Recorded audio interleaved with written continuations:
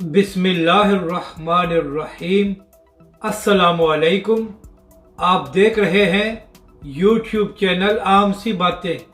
Election commission का तहरीक लब्बैक के खिलाफ फैसला और सिंध हुकूमत भी ओछे हथकंडों पर उतर आई।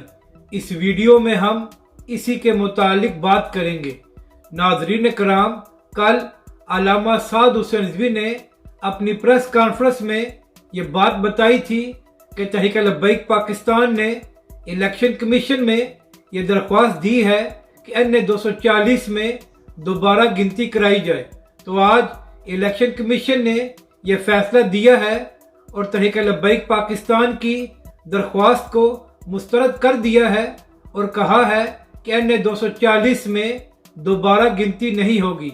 यानी कि इलेक्शन कमीशन भी धांधली करने वालों का पूरा साथ दे रहा है और कोशिश की जा रही है कि तहरीक लब्बैक पाकिस्तान को कौमी असम्बली में न पहुंचने दिया जाए।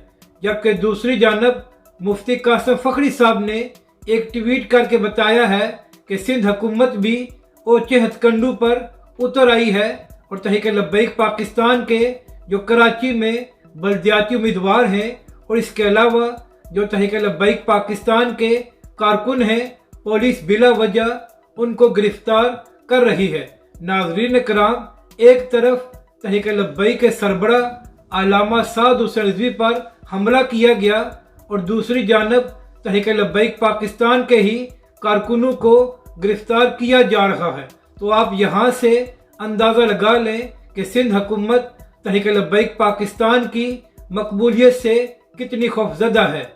अपनी राय का ज़रूर इजहार करें कि आपको ये वीडियो कैसी लगी और हमारे इस चैनल को भी सब्सक्राइब करें।